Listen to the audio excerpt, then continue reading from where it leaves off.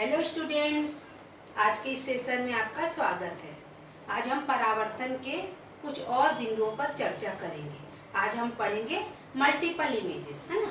कैसे प्रतिबिंब कैसे बनता है आपको पता है।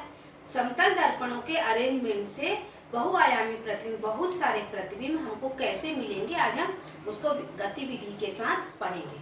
हम जानते हैं बच्चों की वस्तु हमको कैसे दिखती है, जब उस पर प्रकाश पड़ता है और हमारी आंखों पर आता है। वह प्रकाश जब टकराकर हमारी आंखों के बाद किसी समतल हाईली पॉलिश्ड शाइनिंग सरफेस पर पड़ता है तो पुनः परावर्तन होता है।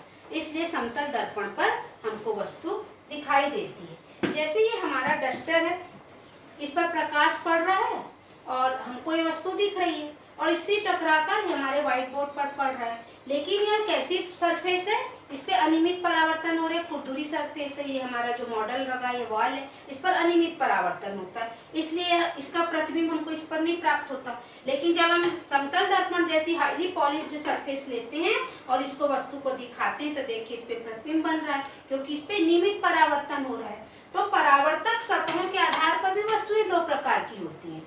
हम जानते हैं कि हर वस्तु पर जब प्रकाश पड़ता है तो वह प्रकाश की कुछ मात्रा को अवशोषित करती है, एब्जॉर्ब करती है। कुछ वस्तुएं ज्यादा अवशोषित करती हैं, कुछ वस्तुएं कम अवशोषित करती हैं। जो वस्तुएं ज्यादा अवशोषित करती हैं वो अच्छी अवशोषक होती हैं। तो कैसी परावर्तक होती, बुरी।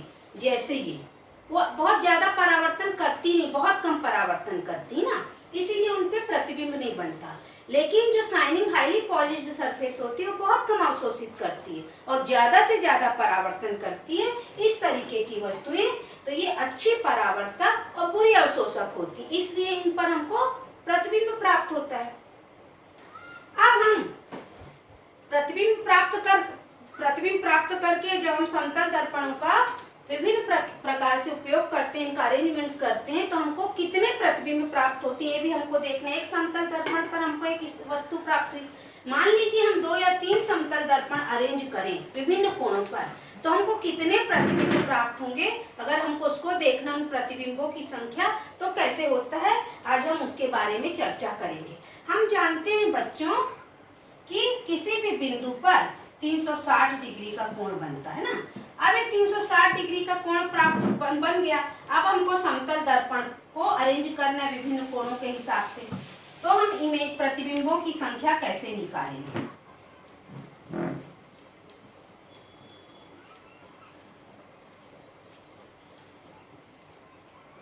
इसका फार्मूला होता है 360 डिग्री अपान थीटा। थीटा कोण बताता है। अब हमको समतल दर्पण को विभिन्न तरीके से अरेंज करना है, मतलब थीटा का मान हमको बदलते जाना है। मान लीजिए हमने 90 डिग्री लिया, है ना, तो कैसे होगा 90 डिग्री का मतलब हमको कैसे रखना है। समतल दर्पण हमारे दो ऐसे इस तरह के, ये हमारे 2 समतल दर्पण हैं, इनके बीच बनने वाला कोण 90 डिग्री है। तो हम क्या करेंगे, 360/90 कर देंगे 90 डिग्री। तो कितने इमेज बन गए, 4। पहली कंडीशन। दूसरी कंडीशन, मान लीजिए हम थीटा को क्या लेंगे, हम 2 समतल दर्पण कैसे रखेंगे, लगभग 80 डिग्री पर। पूरा 90 नहीं होके ये कितना रहेगा समझ लीजिए, लगभग 80, है ना। 80 डिग्री, लगभग 80 नहीं मतलब 80 डिग्री पर हमको रखना है। ये हमारा एंगल हो गया 80 डिग्री। तो 360 में 80 को भाग देंगे तो लगभग 4.5 आएगा। ये हम जानते हैं सम संख्या, ये भिन्न संख्या, पूर्णांक नहीं, ये दशमलव संख्या है ना। अब तीसरी स्थिति, थीटा का मान लीजिए हमको 40 डिग्री पे रखना है। जब हम समतल दर्पण कैसे रख रहे हैं, 2 समतल दर्पण 40 डिग्री पे, ये समतल दर्पण। तो हम 360 में 40 को भाग देंगे तो कितना आएगा, 9। 9 एक विषम संख्या है। चौथी स्थिति, थीटा बराबर हम लेते हैं 0 डिग्री। 0 डिग्री का जब हम समतल दर्पण को कैसे रखेंगे, समानांतर, पूरी ऐसे समानांतर पर, है ना। बिल्कुल भी उनके बीच कोई कोण नहीं बनेगा, एकदम इसके मान लीजिए ऐसे, जैसे हेयर ड्रेसर लोग रखते हैं जब हम पार्लर या सैलून जाते हैं, हमारे बैग में क्या हमने हेयर सेट करवाया उसको देखने के लिए, इस तरीके का। तो इनके बीच कोई कोण नहीं बनता। तब क्या स्थिति होगी, पैरेलल मतलब ऐसे रखना है, एक भी कोण नहीं बन रहा है, 0 डिग्री, 2 समतल दर्पण के बीच और यहाँ वस्तु है। तो क्या होगा? तो इसमें अनंत प्रतिबिंब बनेंगे। पीछे पीछे पीछे इस टाइप से इसमें बनते जाएंगे प्रतिबिंब। लेकिन हमको समतल दर्पण पे, ये हमारा समतल दर्पण है, तो हमको इस पे एक ही प्रतिबिंब दिखेगा, है ना। और इस तरीके के पीछे पीछे एकदम उसके पीछे बहुत सारे प्रतिबिंब बनते जाएंगे। मान लीजिए यहाँ हमारी वस्तु है, तो इस तरीके से हम निकाल लेते हैं प्रतिबिंबों की संख्या कितनी बनती है। अब हमको इसमें एक चीज और करना है। जब हमको प्रतिबिंबों की संख्या सम प्राप्त होती है तो हम क्या करते हैं, हम इस फार्मूले में, तब हम इसको बढ़ा तो सकते नहीं, क्या करते हैं, घटा देते हैं, फार्मूला हमारा चेंज हो जाता है। तो कुल प्रतिबिंबों की संख्या हमको 3 प्राप्त होगी। जब दशमलव रहता है तो हमें दशमलव के जो पॉइंट्स इसको हटा देते हैं। हम इसको 5 नहीं करेंगे, हम इसको 4 करेंगे। पॉइंट हम हटा दिए तो ये 4 प्रतिबिंब प्राप्त। ये विषम संख्या, इसलिए फार्मूला को हम क्या करेंगे, ये -1 नहीं रहने देंगे, सिर्फ इसका फार्मूला 360/θ हो जाएगा 9। और ये तो है ही ऐसा। अब हम इसको आपको बताते हैं कि हम ऐसा अरेंजमेंट करके हम चीजें कैसे बना सकते हैं। जैसे ही हमारे पास है कैलिडोस्कोप, ये डिजाइनिंग वगैरह में, ग्राफिक्स वगैरह में यूज होता है। बुक में पूरा दिया है कैसे बनता है, ये हम आपको विधि बाद में बताएंगे। और एक होता है पेरिस्कोप, उसका नाम भी आप लोग ने सुना होगा। उसमें पेरिस्कोप का उपयोग कहाँ होता है, पनडुब्बी, है ना, सबमराइन्स में जासूसी करने के लिए, या हम गहराई पे हैं तो समुद्र सतह पे क्या हलचल हो रही है, कौन है वहाँ पे, हमको उसकी निगरानी करना हो तो करते हैं। उसके लिए हम क्या करते हैं, जेड आकार का कार्डबोर्ड लेते हैं, अरेंज करते हैं 2 कार्डबोर्ड को जेड आकार में। ये जितना लंबा रहेगा ना, हम उतनी ही गहराई पे जासूसी कर सकते हैं, उतनी गहराई में रह के हम ऊपर की सतह की वस्तुओं को देख सकते हैं। अब इसमें मान लीजिए ये पेड़ है, हमारी आंख यहाँ, हमको ये पेड़ को यहाँ गहराई से देखना, इस पेड़ में कौन बैठा है। अब यहाँ पे समतल दर्पण को रखेंगे, 2 समतल दर्पण रखेंगे। ऐसे अरेंजमेंट देखिए समतल दर्पण का कैसा होगा। समतल दर्पण का अरेंजमेंट यहाँ पे, ये हमारी कार्डबोर्ड है 90 डिग्री। ये जो समतल दर्पण हम रखेंगे यहाँ पे, जब इनका कोण बनेगा 45 डिग्री का बनना चाहिए। अच्छा से अच्छा प्रतिबिंब प्राप्त करने के लिए इस चीज को आप ध्यान रखिएगा। ये जो कोण 2 बनेगा 45 डिग्री का बनना चाहिए।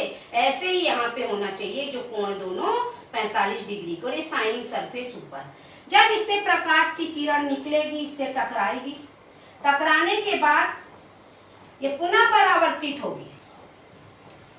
बहुप्रतिबिंब कैसे प्राप्त होते हैं, जब परावर्तन के बाद प्रकाश की किरणों का पुनः परावर्तन होता है। समतल दर्पण पे चित्र प्राप्त होने का यही सिद्धांत है। Reflected raise can be reflected again and again. तो यहाँ पे परावर्तित किरणें पुनः परावर्तित हो गई। ये प्रकाश की किरण थी, यहाँ से इस समतल दर्पण से इस समतल दर्पण पे आई। अभी ये प्रतिबिंब थी, अब ये प्रतिबिंब इस दर्पण के लिए ऑब्जेक्ट यानी वस्तु बन गई और ये फिर से परावर्तित हो गई और यह वस्तु हमको इधर दिख रही है। तो पेरिस्कोप में 2 समतल दर्पण को 45 डिग्री पे अरेंज करके हम हमारे काम की इतनी अच्छी चीज बना लेते हैं। सिद्धांत यही है, परावर्तित किरणें पुनः परावर्तित करी जा सकती हैं और हमें बहुत सारे प्रतिबिंब प्राप्त होते हैं। अब हम इसको आपको गतिविधि से बताएंगे। बच्चों, अब हम गतिविधि के आधार पर बहुप्रतिबिंबों को बनाना बता रहे हैं। अभी हमने 2 समतल दर्पणों को 90 डिग्री पर रखा ना, यहाँ पे 90 डिग्री का कोण बन रहा है। ये एक दूसरे पे लंबवत रखे 90 डिग्री का। अब हम यहाँ पे एक वस्तु रख रहे हैं, समझ लीजिए हमने यहाँ वस्तु रखी। तो आप देख सकते हैं यहाँ पे 360/90 करते हैं तो 4 आता प्रतिबिंब। देखिए प्रतिबिंबों की संख्या, ये हमारी वस्तु है, यहाँ कितने प्रतिबिंब दिख रहे हैं। अब हम इसके कोणों को क्रमशः बदलते जाएं। लगभग मान लो हमने दोनों को 60 डिग्री पर रखा है। तो इमेजेस देखिए, जब हम इसके कोण और पास और कम और कम और कम करते जाएं, मतलब हम कोणों की संख्या कम करते जाते हैं, तो आप अच्छे से देखिए इनके प्रतिबिंबों जो बन रहे हैं, प्रतिबिंबों की संख्या बढ़ती जा रही बढ़ती जा रही बढ़ती जा रही। और जब हम इसको पैरेलल कर दें, समानांतर कर दें, एक दूसरे से एक भी कोण ना बने, तब प्रतिबिंब की संख्या देखिए कितनी होगी। पीछे पीछे पीछे देखिए आप, कितने सारे आपको ये बाँट दिख रहे होंगे ना, बहुत सारे, एक के पीछे एक बहुत सारे। मतलब ये अनंत प्रतिबिंब, अनंत उसको हम गिन नहीं सकते, ये हमको संख्या में दिखेंगे पीछे पीछे बहुत सारे। तो जब हम समानांतर रखते हैं 2 समतल दर्पण, तो प्रतिबिंबों की संख्या अनंत हो जाती, बढ़ती जाती है। इसी अरेंजमेंट्स के द्वारा हम विभिन्न पैटर्न बनाते हैं और ग्राफिक्स वगैरह में यूज करते हैं। हमने आपको पेरिस्कोप बता दिया। पेरिस्कोप की तरह एक होता है कैलिडोस्कोप।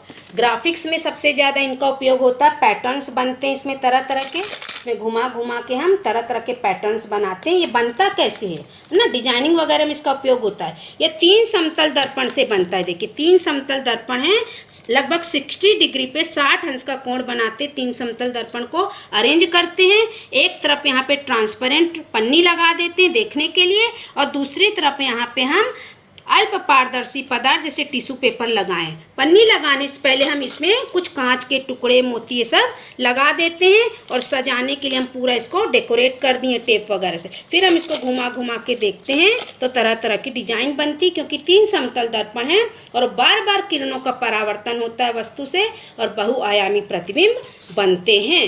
ये हमारा कैलिडोस्कोप है। तो बच्चों, आप लोग अच्छे से समझ गए होंगे कि कैसे प्रतिबिंबों की संख्या बढ़ती है जब हम मिरर्स को अरेंज करते हैं विभिन्न कोणों पर। उम्मीद है आप लोगों को आज का कंटेंट समझ में आया होगा। फिर भी कुछ डाउट हो तो कमेंट बॉक्स पर कमेंट करिएगा। हम पुनः अगली क्लास में फिर से मिलेंगे। Bye bye.